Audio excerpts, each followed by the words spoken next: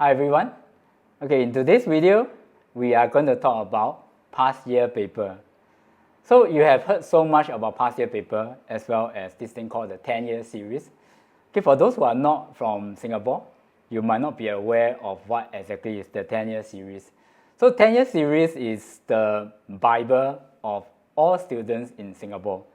Okay, the reason why it's called the Bible is because that the end of the day, the final exam, the national exam they're going to take, whether it's PSLE or the O-level or the N-level, we all have to do this final book. Okay, it's a rite of passage, the final book in order to before we go for our examination. This is called the 10-year series. And this 10-year series is a collection of all the examination, the past national exam that the students has went through. And according to theory is that if you were to do this 10-year series, because the questions are very similar, you should be able to secure the grades that you want, so long as you do it many times. You can do it from the front to the back and from the back to the front. So this is the Bible that all students in Singapore actually use. But exactly what is so special about this Bible?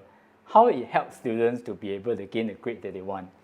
So the thing is that traditionally we know that so long as we do the most recent exam questions, we understand the style, okay, we understand exactly how the questions are being asked, and in hope that possibly the question will repeat itself in the examinations. So these are the beliefs of students in Singapore. But in actual fact, the Bible is only as useful as the students. Okay, why do I say that? Because the thing is that you might be able to look at the question, you can memorize the solution because you have the solution book, but what that cannot be predicted is how the question will be set. At the end of the day, while the pattern could be clear from the way they asked in the past, however, the 10-year series is only served as a reference. Questions can change. Theory cannot change, but questions can change. The way they phrase should be different and would be different. So this is not something that you can just follow strictly by and hopefully that the same set of questions will come out. Yeah, so this is one of the myths I feel that a lot of people have thought of this wrongly. Okay, another thing about past year paper, especially the 10-year series, is that it's also the quickest ways to recap all the topics in one go. So this is yes and yet no, because it depends on the readiness of the student. Are you at this point familiar with at least most of the topic, and as well as how they are being connected? So if not, then as per my previous video, this examination papers is just going to be a plate of rojak in front of you. So if you are unable to sift out and pick out the different parts, like, oh, this is a papaya, this is a pineapple, okay, this is the youtiao and all this, then you will find that it's actually very confusing to look at it all together. So while it's the quickest way to look at the topic all at one go, I will not advise you to go to this almost immediately if you are not familiar with the topic. And of course, a common belief is this: the textbooks are not useful. Why? Because the textbook do not contain information that's even related to the questions, and that's what you believe. But the thing is that the textbook is still the way that you should learn first. All right. So as you could already have other videos to look at, but however, the textbook is I would say, is the real Bible behind all learning, because in the textbook, the contents are laid out in the sequence that will help you to understand better. And they break down the content for you and make it easier for you to absorb. And you talk about mathematics textbook, they also got questions that is being arranged from basic, intermediate, and advanced. So this will guide the learner to understand why and how the topic is like. But however, this is the only Bible? No.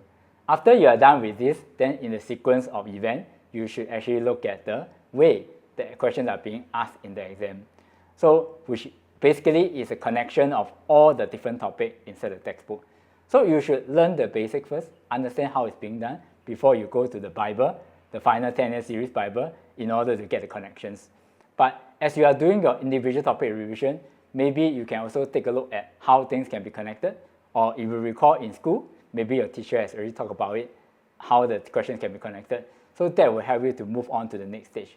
But the Bible, the ultimate Bible, in my opinion, is always my textbook.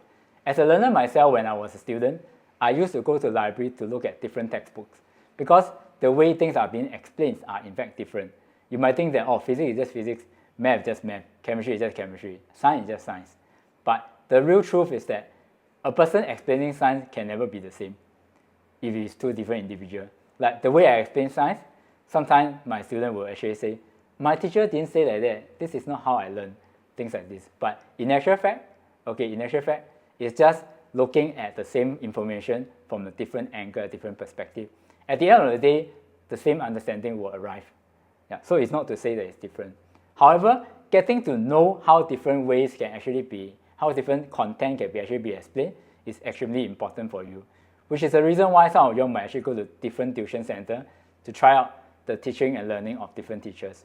And you'll like some and you will not like some. And this is the reason why you will like some and not like some, because some might cater to the way that you learn, but some might cater less to the way that you learn. But at the end of the day, I think textbook is extremely useful. Okay, and the next thing about past year paper is this.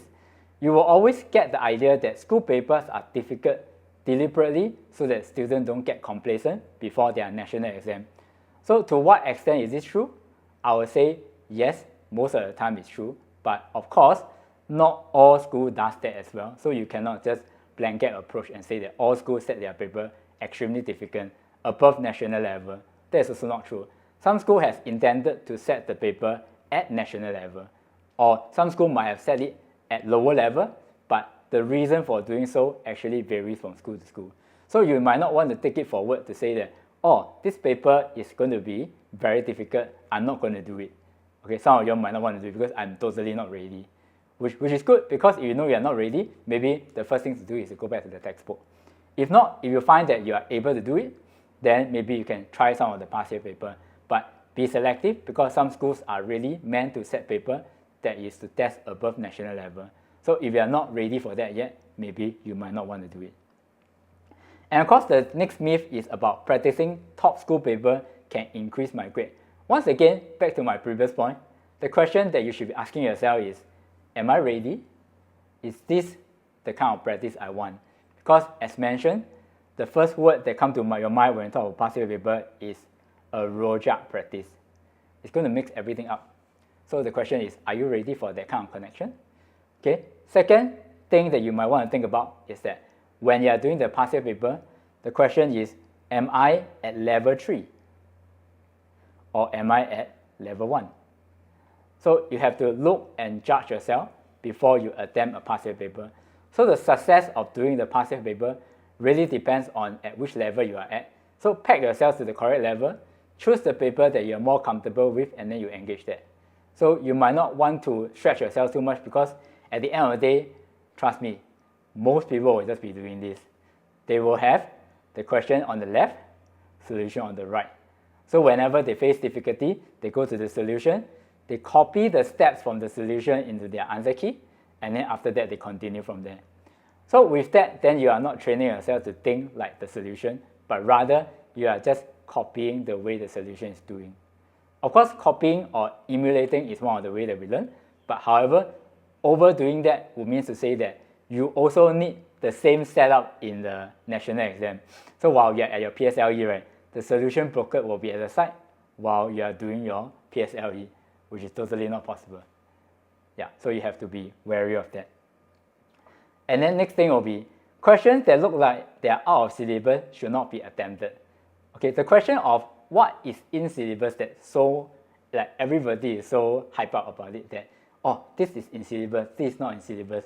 So I think I want to do this question or not that question, because that one looks like it's out already. But let me be frank with you and tell you this.